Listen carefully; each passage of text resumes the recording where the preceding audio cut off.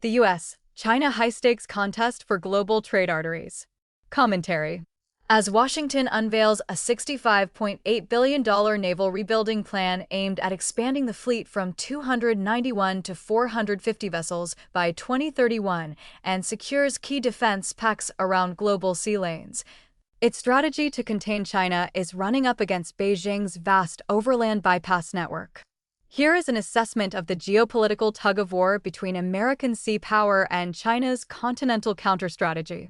U.S. maritime strategy based on controlling choke points. Since World War II, U.S. maritime choke point strategy has aimed to secure freedom of navigation and assured access through critical sea lanes and narrow waterways, such as the Straits of Hormuz and Malacca, to protect American and Allied prosperity, supply chains, and military mobility while deterring adversaries, especially China's efforts to control or disrupt these points. The intellectual foundation is Alfred Thayer Mahan, whose 1890 work, The Influence of Sea Power Upon History, remains highly influential. Mahan argued that national greatness rests on control of the seas, achieved by dominating the narrow passages through which commerce and naval forces must pass. He held that commerce is the lifeblood of modern states, so whoever can protect or interrupt trade shapes national fates. That a concentrated, superior battle fleet is the essential instrument of global power. And that choke points are the decisive lever a relatively small force at a strait or canal can threaten an adversary's entire commerce and logistics. The U.S. choke point strategy. The Trump administration's 2025 national security strategy centers on great power competition with China as the pacing threat, with control of maritime choke points forming a persistent, if sometimes unspoken, thread. The U.S. maintains forward bases and access arrangements in Japan, Guam, the Philippines, Singapore, Diego Garcia, Bahrain, Djibouti, and the Mediterranean to keep forces near critical passages such as the Taiwan Strait, the Strait of Malacca, the Strait of Hormuz, and the Bab el-Mandeb. Taiwan is treated as the decisive theater. Its loss would let China dominate the first island chain, threaten Japanese sea lines of communication, and ease Chinese submarine access to the Pacific, which is why initiatives such as AUKUS, a defense pact between Australia, the United Kingdom, and the United States, are oriented toward that contingency. Parallel efforts through the Quad, the United States, Japan, India, and Australia, and a new major defense cooperation partnership with Indonesia aim to share surveillance and denial capabilities around the Malacca Strait, through which the bulk of China's oil imports must pass, the strategic vulnerability the U.S. seeks to keep under pressure. Economic and commercial tools reinforce the same logic. The 2025 tariff regime, whatever its domestic costs, exploits the fact that Chinese manufacturing relies on global supply chains that themselves transit these maritime bottlenecks, treating economic and maritime coercion as complementary instruments. At the same time, heightened scrutiny of Chinese investments in ports from Europe to the Indian Ocean reflects the recognition that commercial footholds could one day enable a Chinese navy to sustain forward presence near the world's most vital choke points. Execution of the U.S. choke point strategy involves a robust interdiction capability, the ability to threaten or physically close a strait to enemy shipping and warships, typically through naval forces, submarines, mines, and land-based missiles. This boils down to choke and envelop. The full Mahanian logic is not just to hold one choke point, but to create a global network of overlapping choke point control so that an adversary has no viable maritime escape route.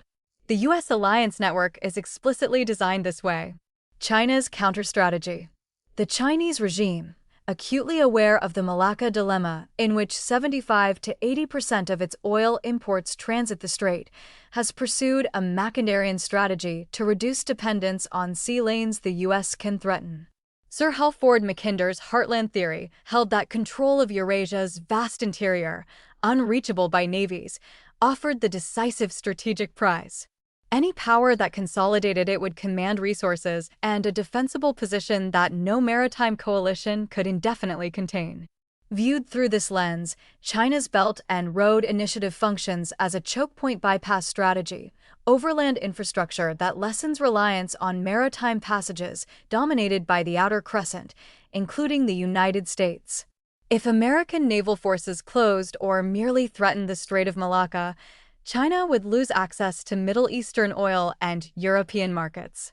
The Belt and Road, therefore, builds alternatives such as the China-Pakistan Economic Corridor linking Xinjiang to Gwadar on the Arabian Sea, rail corridors through Central Asia and Iran that reach Europe without touching the ocean, a string of pearls, of port access points from Burma and Sri Lanka to Djibouti, and investment in the Northern Sea Route through the Russian Arctic. This is a grand scheme, but whether China can deliver on all its Belt and Road promises remains to be seen, as some nations are becoming wise to Beijing's debt trap diplomacy. That said, China is not purely a land power.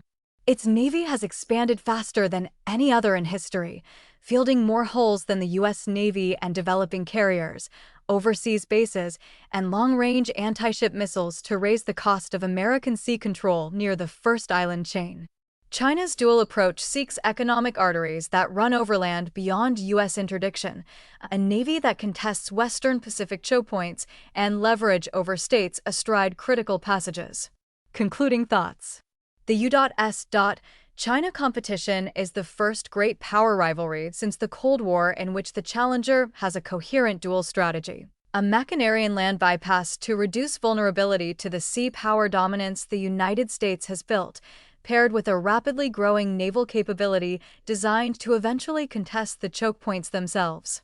The Trump administration's interest in Greenland, hostility toward Chinese port access in Panama, pressure on the Philippines to host more U.S. forces, the M2CP with Indonesia, and renewed focus on Taiwan reflect a coherent, if sometimes chaotically expressed, awareness that America's strategic inheritance, the Mahanian network of choke point control, is under pressure for the first time since World War II. Whether the U.S. response is sufficient remains to be seen, as U.S. shipbuilding capacity trails that of Communist China, and the U.S. maritime choke point strategy is dead in the water if the ships needed to enforce it are not delivered quickly.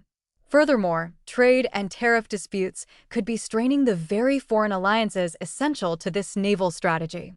Foreign investment in U.S. shipbuilding capabilities could help address both concerns.